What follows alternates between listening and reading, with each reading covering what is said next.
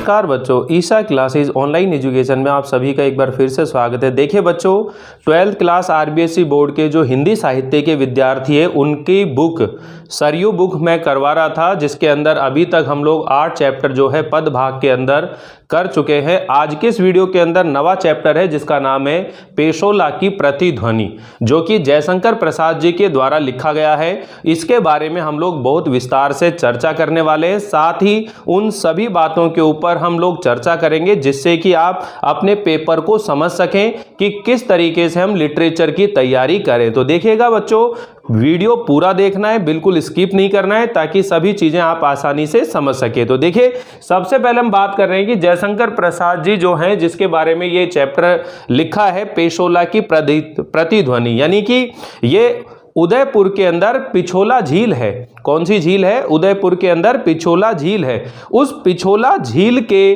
किनारे यानी तट पर बहुत से महलों के खंडर आज भी विद्यमान है, यानी कि महाराणा प्रताप के समय के या उनसे पहले के समय के वो खंडर वहां पर विद्यमान है। तो महाराणा प्रताप एक ऐसा शख्स है, एक ऐसा व्यक्ति है जिसे हम एक तरह से ये कह सकते हैं अपनी देश की आज़ादी के लिए उन्होंने अपने पूरे जीवन को क्या कर दिया, समर्पित कर दिया। और अंतिम समय तक उन्होंने कभी भी जो मुगलों की अधीनता है, दासता है, उसे स्वीकार नहीं किया। लेकिन आज का ये जो समय चल रहा है, जिस तरह की परिस्थितियां चल रही हैं, आज हमें कोई ऐसा वीर योद्धा या साहसी व्यक्ति नजर नहीं आता है जो आज की इन परिस्थितियों के सामने साहस के साथ, वीरता के साथ में अपनी आवाज उठा सके। आज हर व्यक्ति स्वार्थी बन चुका है, अपने स्वार्थ पूरे करने के लिए जीवन को जी रहा है। तो ये जो जयशंकर प्रसाद जी हैं, इनकी जो कविताएं होंगी या इनका जो भी काव्य होगा, उसके अंदर हमारे जो राष्ट्र प्रेम है, राष्ट्रीय चेतना है, ठीक है ना। राष्ट्रीय चेतना मतलब राष्ट्र के प्रति कितने जागरूक हैं हम लोग, ठीक है ना। ये भाव इसके अंदर हमेशा विद्यमान रहते हैं। एक क्वेश्चन आप लोग पूछते हो कि सर जो कवि का परिचय या लेखक का परिचय आएगा या नहीं आएगा, क्योंकि जो मॉडल पेपर आया है उसके अंदर तो इस तरह की कोई बात आई नहीं है। तो लेकिन मैं आपको बता देना चाहता हूं बच्चों कि आप लोगों को ये परिचय याद करने हैं, क्योंकि जो आपकी हिंदी साहित्य का जो आधुनिक काल है उसके अंदर जो राइटर दिए गए हैं, उन राइटर्स में से किसी का परिचय पूछा जा सकता है। लेकिन वो राइटर वो भी हो सकते हैं जो आपकी सरयू बुक के राइटर हैं। इसलिए इन बुकों के जो राइटर आ रहे हैं, इनको भी ध्यान से समझिएगा। आज इस वीडियो के अंदर इस जयशंकर प्रसाद जी का जो जीवन परिचय, इसको समझने की कोशिश करिएगा। फिर मैं आपको ये पूरा सार समझाऊंगा पेशोला की प्रतिध्वनि का।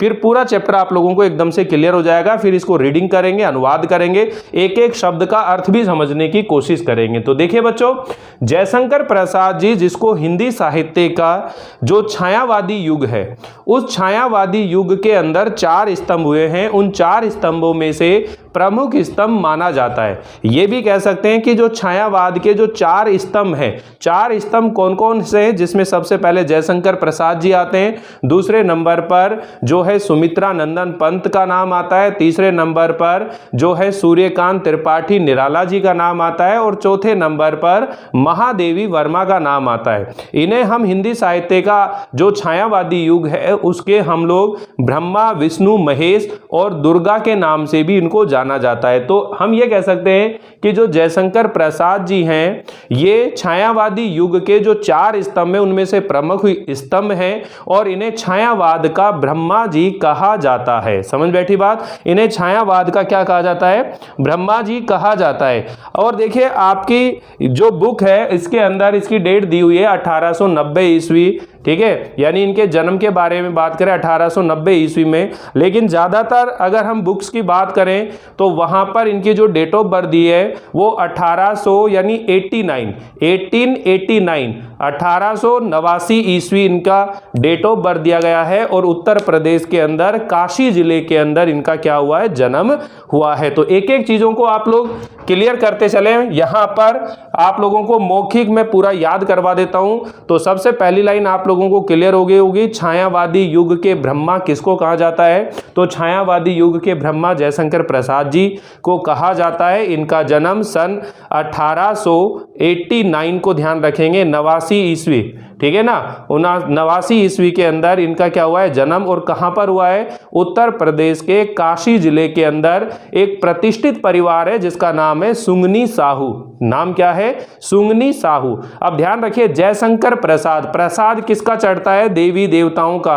तो इनके पिताजी का नाम अगर याद रखना हो तो आप ये ध्यान रख सकते हैं कि इनके पिताजी का नाम है देवी प्रसाद, क्योंकि जयशंकर प्रसाद, प्रसाद है देवी का प्रसाद, यानी देवी प्रसाद इनके पिताजी का नाम है।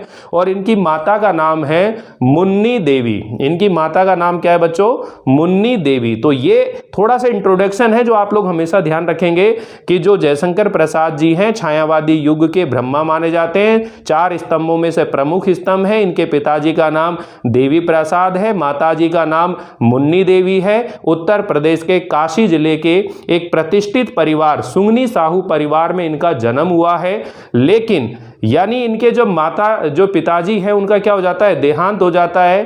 तो उस समय तक यानी मुश्किल से ये 7वीं क्लास तक क्या कर पाते हैं, पढ़ाई कर पाते हैं। 7वीं क्लास तक इन्होंने नियमित रूप से अध्ययन किया है। जो और कौन से कॉलेज के अंदर किया है, क्वींस कॉलेज। कौन सा नाम है, क्वींस कॉलेज के अंदर इन्होंने अध्ययन किया है। और उसके बाद में इन्होंने स्वाध्याय यानी कि खुद की मेहनत से इन्होंने संस्कृत जो है, हिंदी, बांग्ला, उर्दू, कई भाषाओं का इन्होंने क्या करा है, गहन अध्ययन किया है। तो यहाँ जयशंकर प्रसाद जी जो हैं उसके बाद इनको काशी के अंदर ही इनकी एक पैतृक दुकान थी।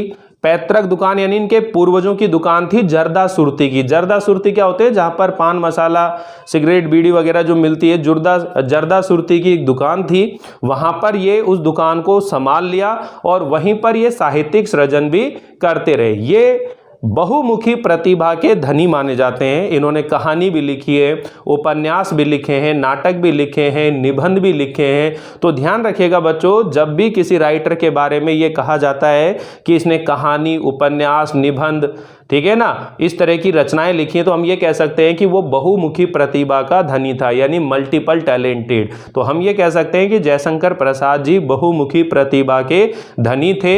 इन्होंने कहानी, नाटक, उपन्यास, काव्य इत्यादि रचनाओं का क्या करा, इन्होंने लेखन कार्य किया है। अब अगर हमको याद रखना हो कि प्रमुख रूप से इनके जो नाटक हैं, जैसे अपन बोले कौन कौन से नाटक है, तो देखो नाटक को याद रखने का तरीका ये बच्चों कि एक घूंट, आप ये ध्यान रखना, नाटक से कैसे याद रखेंगे, एक घूंट। तो यहाँ इसके अलावा कैसे याद रखेंगे कि 3 तो स्त्री पात्र हैं, 3 लड़कियों के नाम याद रखने, 3 पुरुषों के नाम याद रखने। लड़कियों में पहली लड़की कौन है, ध्रुव स्वामिनी, यानी कि महिलाओं के अंदर पहली कौन है, ध्रुव स्वामिनी। दूसरे नंबर पर विशाखा, तीसरे नंबर पर राज्यश्री, ठीक है ना, ध्रुव स्वामिनी, विशाखा, राज्यश्री। और 3 जो है पुरुषों के नाम याद रखने, यानी कि चंद्रगुप्त मौर्य का नाम आप सब जानते हो, तो इन्होंने चंद्रगुप्त, चंद्रगुप्त के बाद स्कंदगुप्त, स्कंदगुप्त के बाद अजातशत्रु और एक घूंट। ये टोटल 7 नाटक हैं जो इनके द्वारा लिखे गए हैं। ठीक है, अगर आपसे पूछा जाए जयशंकर प्रसाद जी के जो काव्य हैं, अगर काव्य के रूप में अगर कोई चीज याद रखनी तो आपने ध्यान रखना है कि इनके जो काव्य हैं, एक तो है कामायनी। कामायनी इनका सबसे प्रसिद्ध काव्य माना जाता है। कामायनी, प्रेम पथिक, चित्राधार। कामायनी, प्रेम पथिक, चित्राधार, आंसू, लहर, झरना। आंसू, लहर, झरना। तो याद हो जाएगा, आंसू, लहर, झरना, प्रेम पथिक, कामायनी, चित्राधार। ठीक है ना, ये इनके काव्यों के क्या नाम है, काव्यों के नाम हैं। और जो इनके उपन्यास हैं, तो इन्होंने जो है 3 उपन्यास लिखे हैं। 3 उपन्यासों के नाम आप लोग इस तरह से याद रख सकते हैं कि जो एक तो इनका जो काव्य हुआ है बच्चों, जैसे हम कह सकते हैं आंसू, लहर, झरना, ये तो सब काव्य थे। लेकिन तितली, इरावती और कंकाल, ये जो 3 इनके काव्य उपन्यासों के नाम हैं। तो इस तरह से इनकी रचनाओं के बारे में आप लोग ध्यान रख सकते हो। ये मुख्य रूप से जब हमारा देश आज़ाद हुआ था, लेकिन आज़ादी से पहले हमारा देश गुलाम था। किनके खिलाफ गुलाम था, अंग्रेजों ने हमें गुलाम बना रखा था। तो उस समय इन्होंने अपनी कविताओं के माध्यम से देश की जनता को जागरूक करने की कोशिश करी थी कि आप हमारे भारत देश के अतीत के गौरव को भूल गए हो? आपके अंदर वो साहस, वो शौर्य कहाँ चला गया जो हमारे इस देश के कई पुरुषों में था? आप महाराणा प्रताप, वीर शिवाजी जैसे लोगों के कैसे भूल गए हो? तो कहने का मतलब है इनकी कविताओं के अंदर हमेशा राष्ट्र प्रेम यानी देश प्रेम, राष्ट्रीय गौरव, ठीक है ना, राष्ट्रीय चेतना, इन भावों को इन्होंने क्या करा है, व्यक्त किया है। तो वापिस से सुनिएगा, आपको ये जयशंकर प्रसाद जी का जीवन परिचय पूरा याद हो जाना चाहिए। जयशंकर प्रसाद जी छायावाद के प्रमुख स्तंभ माने जाते हैं। तो आप नोट करिएगा, कैसे नोट करने आप लोगों को, सबसे पहले जब परिचय लिखेंगे तो ये लिखेंगे कि जयशंकर प्रसाद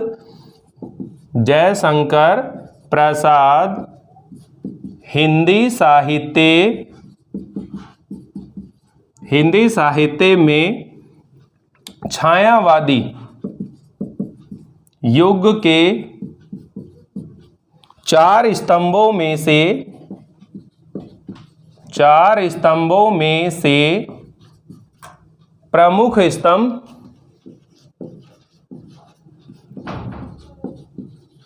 माने जाते हैं। ठीक है ना, जयशंकर प्रसाद जी हिंदी साहित्य में छायावादी युग के चार स्तंभों में से प्रमुख स्तंभ माने जाते हैं। इन्हें छायावाद का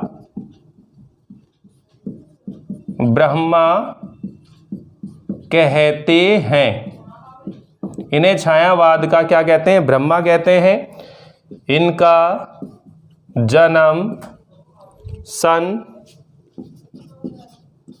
1889 ईस्वी में उत्तर प्रदेश के काशी जिले में सुंगनी साहू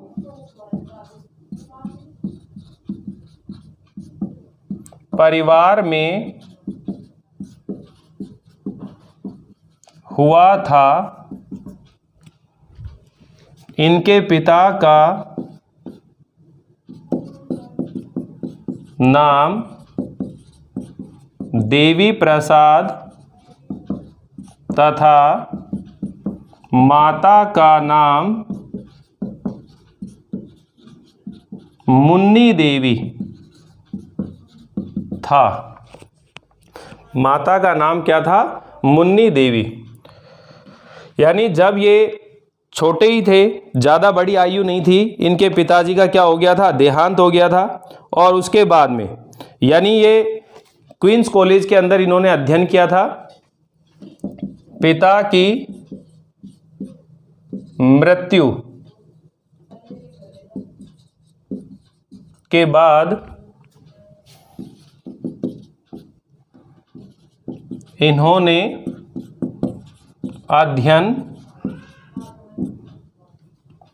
नियमित अध्ययन छोड़ दिया था। ठीक है ना, इन्होंने नियमित अध्ययन छोड़ दिया था। इन्होंने 7वीं तक नियमित रूप से क्वींस कॉलेज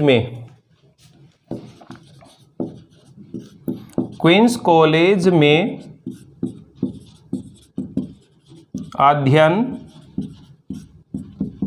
किया है। ठीक है, तथा स्वाध्याय से हिंदी, संस्कृत, उर्दू, फारसी इत्यादि भाषाओं का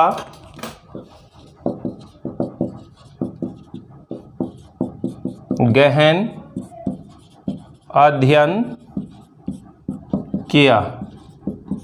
ये बहुमुखी प्रतिभा के धनी थे। इन्होंने नाटक, कहानी, उपन्यास इत्यादि सभी विधाओं के अंदर क्या करा, लेखन कार्य किया, भाषाओं का अध्ययन किया। ये बहुमुखी प्रतिभा के धनी थे। इन्होंने नाटक, कहानी, उपन्यास,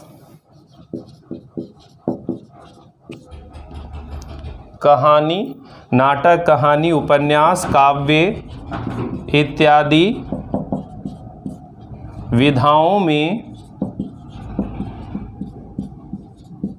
लेखन कार्य किया है, इत्यादि विधाओं में लेखन कार्य किया है। ठीक है, इस तरह से आप ध्यान रखेंगे। 48 साल की आयु के अंदर क्या हो गया था, इनका निधन हो गया था। सन 1937 ईस्वी के अंदर क्या हो गया था, इनका निधन हो गया था। इस तरह से छोटा सा एक जीवन परिचय अपने माइंड के अंदर सेट कर लेंगे। इनकी प्रमुख रचनाओं के रूप में आप ध्यान रख लेंगे कि इनके काव्य कौन कौन से हैं, नाटक कौन कौन से हैं, कहानियाँ कौन कौन सी लिखी हैं, उपन्यास कौन कौन से लिखे हैं। तो आप लोगों को ये छोटा सा परिचय याद हो जाएगा। उसके बाद आप लोगों को क्या ध्यान रखना है, ये जो चैप्टर हम पढ़ रहे हैं पेशोला की प्रतिध्वनि, तो ये जो पेशोला की प्रतिध्वनि चैप्टर पढ़ रहे हैं, इसके अंदर हमेशा ये ध्यान रखिएगा बच्चों, चाहे आप कंपलसरी हिंदी पढ़ रहे हो या फिर आप हिंदी लिटरेचर पढ़ रहे हो, जितने भी चैप्टर होते हैं उनके दो बिंदु हमेशा अपने माइंड के अंदर सेट रखने हैं। सबसे पहला बिंदु होता है कि ये जो कविता है इसका विषय क्या है, जिसको हम बोलते हैं वर्ण्य विषय या कथानक या मूल भाव या केंद्रीय भाव या मूल संवेदना, इस रूप में ये क्वेश्चन होता है। एक आपको ध्यान रखना है, इस कहानी को या इस कविता को या इस उपन्यास को, जो भी विधा होगी, इसको लिखने का उद्देश्य क्या है और उद्देश्य के अंदर ही संदेश और शिक्षा दी जाती है। तो ये दो टाइप से क्वेश्चन आप लोगों को हमेशा ध्यान रखना है। तो सबसे पहले आप लोग इसका स्क्रीनशॉट ले लें और मैं आप लोगों को अभी ये रीडिंग करके थोड़ा सा समझा देता हूं, और इसी के साथ साथ में जो दो क्वेश्चन मैं बता रहा हूं, ये दो क्वेश्चन भी मैं आप लोगों को नोट कराऊंगा। फिर हम लोग नेक्स्ट के अंदर ये पढ़ेंगे कि ये जो कविता है इसकी व्याख्याओं को करने के क्या तरीके हो सकते हैं। व्याख्या आप लोगों की आएगी। तो देखिएगा, जयशंकर प्रसाद जी का जन्म जो है 30 जनवरी सन 1890 को वाराणसी के, अब इसके अंदर 90 दिया हुआ है, आप लोग कंफ्यूज मत होना कि 90 है या 89 है, तो ये ध्यान रख लेना। 89 आप लोग ध्यान रखना कि इनका जो जन्म है वो 89 के अंदर ही हुआ है।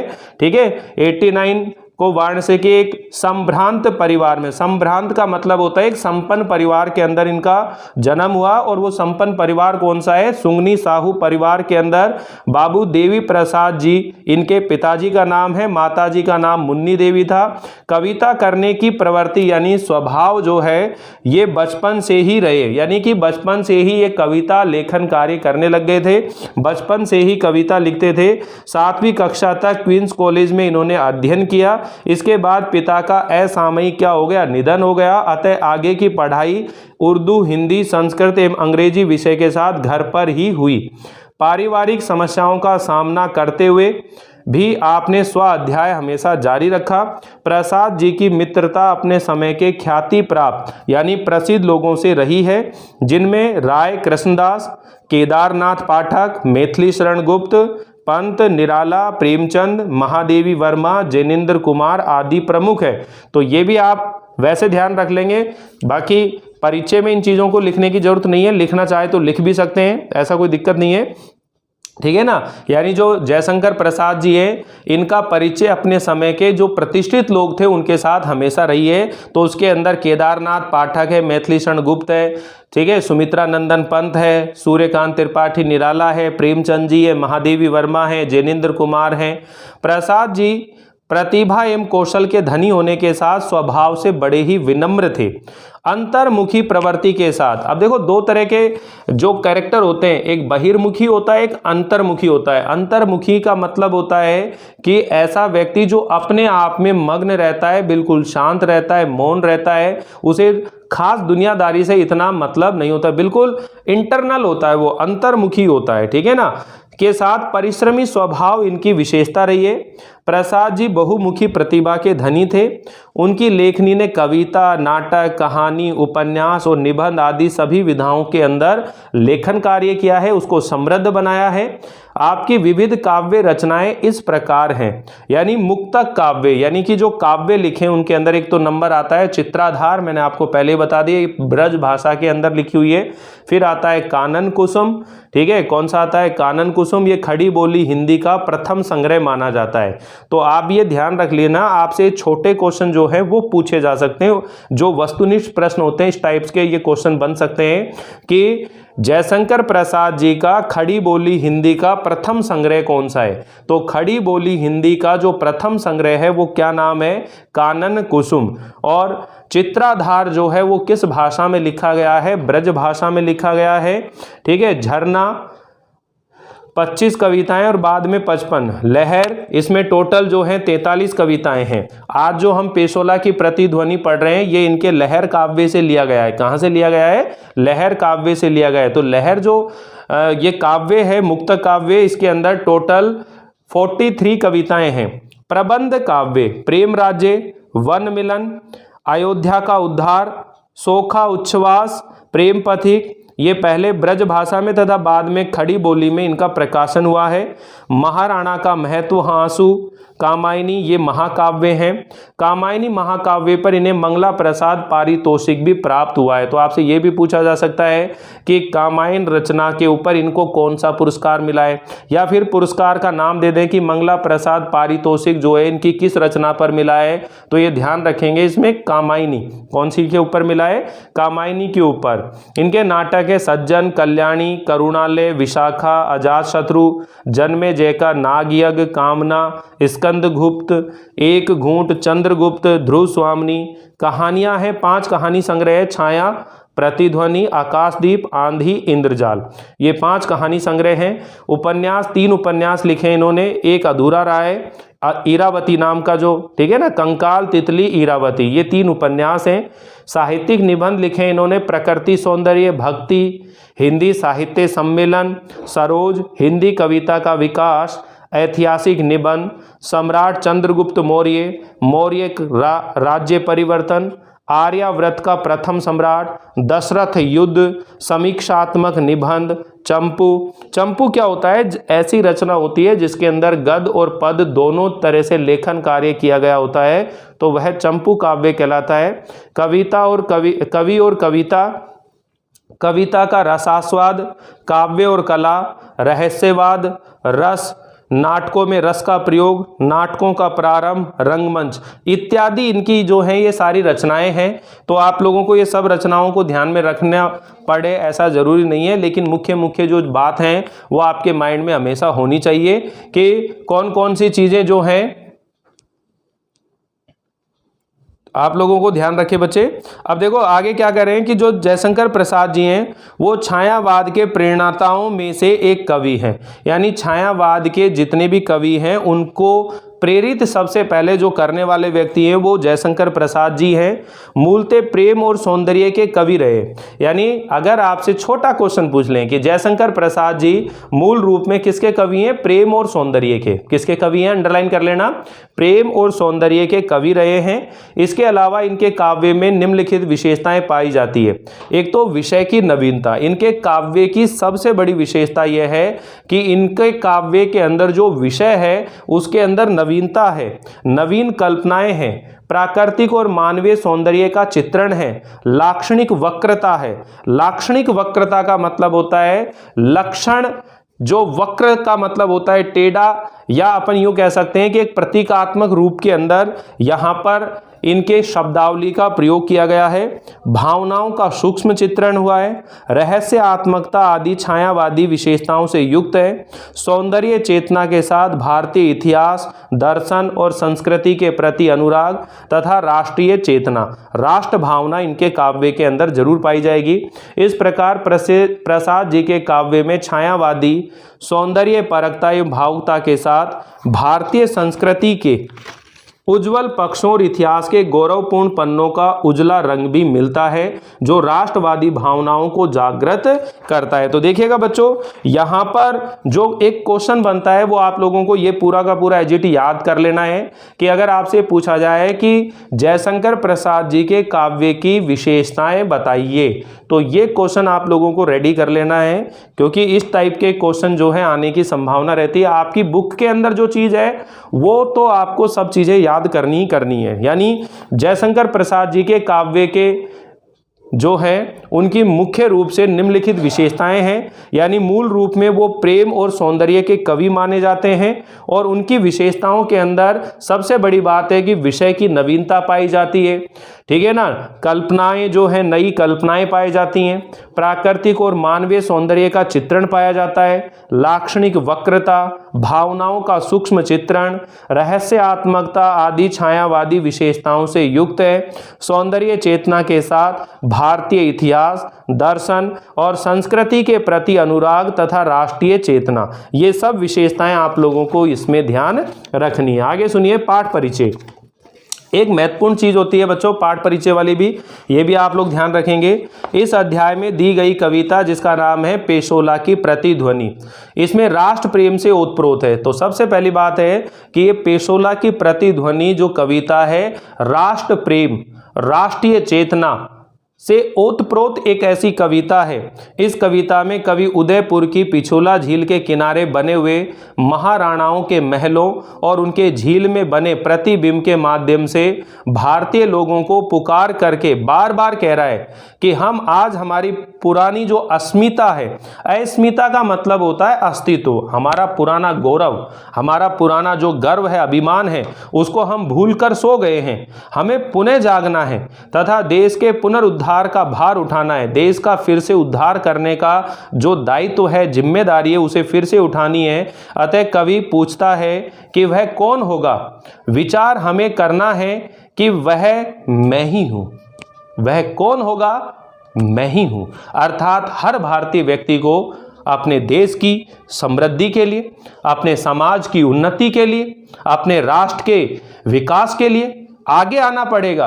आज देश की स्थिति को देखिएगा, हर तरफ एक ऐसी भुखमरी सी मच गई है, हर तरफ महंगाई बच गई है। आज आवाज उठाने वाला कोई व्यक्ति नहीं है। जहां देखो वहां हर व्यक्ति केवल और केवल अपने स्वार्थ को पूरा करने में लगे हुए हैं। सरकार पूरी तरह से तानाशाह बनी हुई है, कोई सुनने वाला नहीं है। अगर कोई सरकार के विरुद्ध आवाज उठाता है तो उसको देशद्रोही, आतंकवादी, न जाने क्या क्या कह दिया जाता है। तो देखिए, आप लोग इस देश के युवा हो और आप लोगों के अंदर ये बात समझ में आनी चाहिए। तो जो जयशंकर प्रसाद जी थे, उन्होंने उस समय जब हमारा देश अंग्रेजों से गुलाम हो चुका था, अंग्रेजों ने हमें गुलाम बना रखा था, सारा देश अंग्रेजों की चापलूसी करने में लगा हुआ था, उस समय ये कविता लिखी गई है। परतंत्रता समय की, परतंत्रता के काल की ये कविता है, जिसमें भारतीय लोगों का जो अपना आत्मगौरव है, अपना जो स्वाभिमान है, जिसको भूल बैठे हैं और अपने स्वार्थ पूरा करने के लिए चापलूसी और गुलामी कर रहे हैं अंग्रेजों की, तो उनको, उन सोए हुए देशवासियों को जगाने के लिए कविता लिखी हुई है कि पेशोला की प्रतिध्वनि, यानी पिछोला झील जो है उसके किनारे पर महाराणाओं के महल बने हुए हैं और उन महलों की परछाई उस झील के अंदर दिखाई दे रही है और मानो एक महाराणा प्रताप की पुकार हर तरफ गूंज रही है कि है कोई जो मेरे बाद इस उत्तराधिकार को संभाल सके, जो अपने देश की आज़ादी के लिए, अपने देश के गौरव के लिए इन कठिन परिस्थितियों में इन संकटों का सामना कर सके। और ये जो अंग्रेज हैं, ये जो काले अंग्रेज आज बैठे हैं, देश आज़ाद हो गया है, लेकिन आज की अगर स्थिति को हम देखें तो जो अंग्रेज हैं दूसरे आ गए, यानी कि वो गोरे अंग्रेज चले गए और काले अंग्रेज यहाँ आकर के बैठ गए। वो भी अपनी तानाशाही कर रहे हैं, मन मर्जी के बिल पास करना, मन मर्जी की बातें करना, ठीक है ना, लेकिन कोई भी उसकी आवाज़ नहीं उठाना चाहता है। आज एक सोशल इशू, अगर एक रिपोर्ट को देखें तो हम चलते फिरते रोबोट बन गए। हमें मीडिया जैसा दिखाना चाहती है वैसा हम बोलना शुरू कर देते हैं, जैसी सोशल मीडिया पे चीज़ों को देखते हैं वैसा हम बोलना शुरू कर देते हैं। आज हम अपनी बुद्धि को बिल्कुल भी प्रयोग में नहीं लेते हैं। हम जो दिखता है, जैसा हो रहा है, उसी के अनुसार हम लोग करना शुरू कर देते हैं। तो देखिए विद्यार्थियों, आप इस देश के युवा हो और इससे बहुत अच्छी प्रेरणा आप लोगों को मिल रही है। मैं दोनों चीज़ें आप लोगों को समझाऊंगा, इस कविता की मूल भाव क्या है और इससे हमें क्या संदेश दिया गया है। ये दोनों चीज़ अगर समझ में आ गई तो ये पूरी कविता आप लोगों को अच्छे से समझ में आ जाएगी। तो देखिए इसको मैं मिटा देता हूं और फिर आगे हम लोग इसके मूल भाव के बारे में नोट करते हैं। अगर आप इसको लिखना चाहें तो लिख लीजिए, वैसे आप लोगों को समझ में आ गया होगा। देखिए बच्चों, यहां तक हम लोग बात कर रहे थे जयशंकर प्रसाद जी के जीवन परिचय के बारे में। अब देखिएगा हम लोग बात कर रहे हैं दो टॉपिक के ऊपर। देखिए ये दो टॉपिक आज बिल्कुल अच्छे से क्लियर कर लीजिएगा, पूरा ध्यान से सुनिएगा, क्योंकि जो भी चैप्टर आप तैयार करो तो इस तरीके से आप लोगों को तैयार करना है।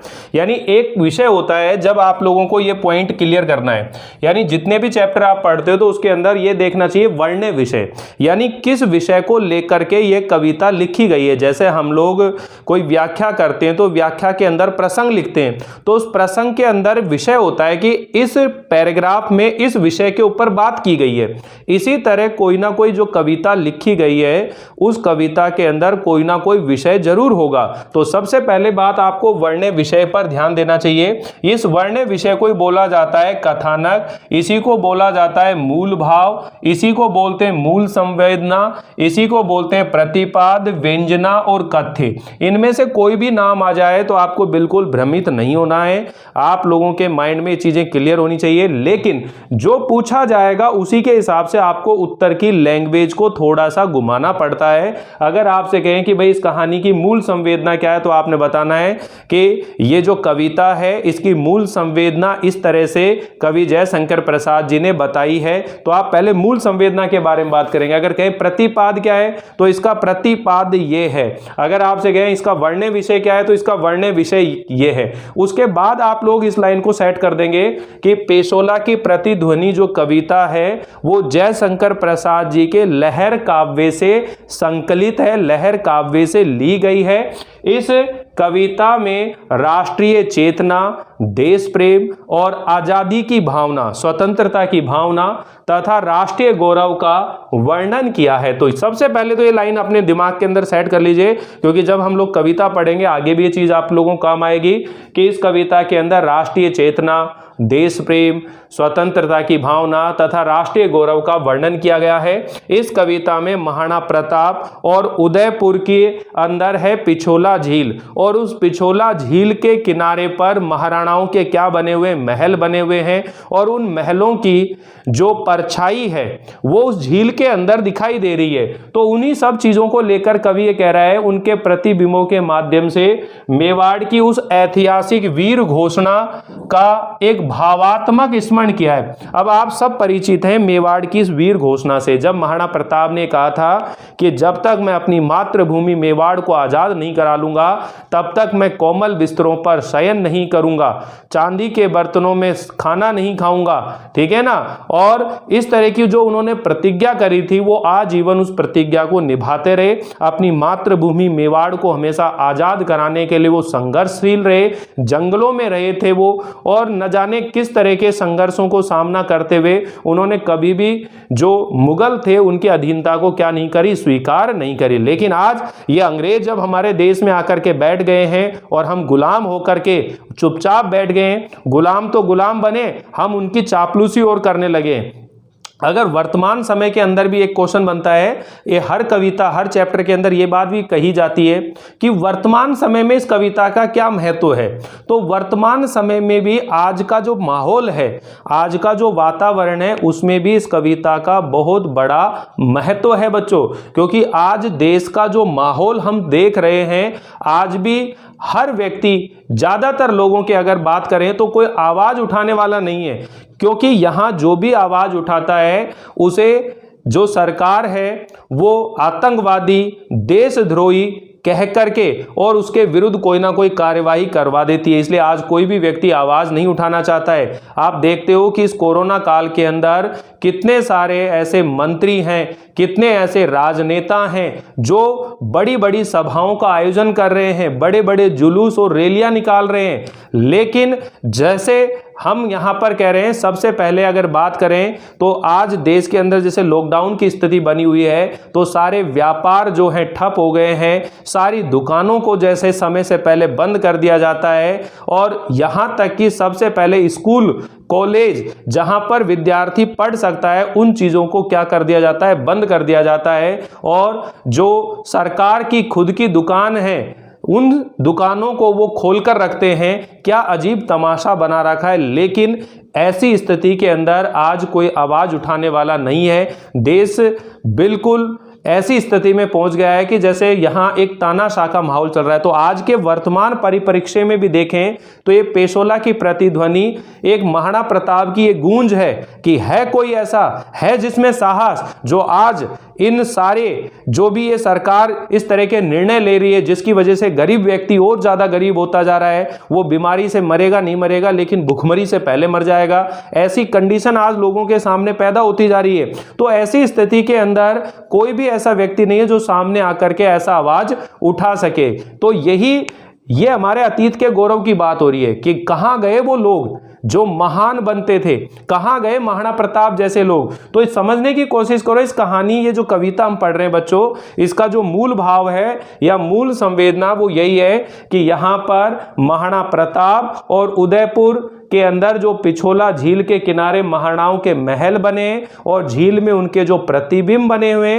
उनके माध्यम से मेवाड़ की उस ऐतिहासिक वीर घोषणा का भावात्मक स्मरण किया है, यानी कि भाव रूप में उसका स्मरण किया है, जिसमें मातृभूमि की आजादी के लिए मर मिटने का साहसी स्वर दिखाया गया था। आज ऐसा कोई व्यक्ति हमारे सामने नजर नहीं आ रहा है जो इस देश की विकट परिस्थिति के अंदर, जो इन कठिनाइयों के अंदर संघर्ष करने के विचार लाता हो। आज हर व्यक्ति केवल और केवल अपने स्वार्थ को पूरा करने में लगा हुआ है। तो ये इस कविता का क्या है, मूल संवेदना है। एक दूसरी बात पूछी जाती है, कोई भी जो चैप्टर होता है बच्चों उसका उद्देश्य ध्यान होना चाहिए, क्योंकि बिना उद्देश्य के कभी भी जीवन के अंदर कोई काम नहीं होता है।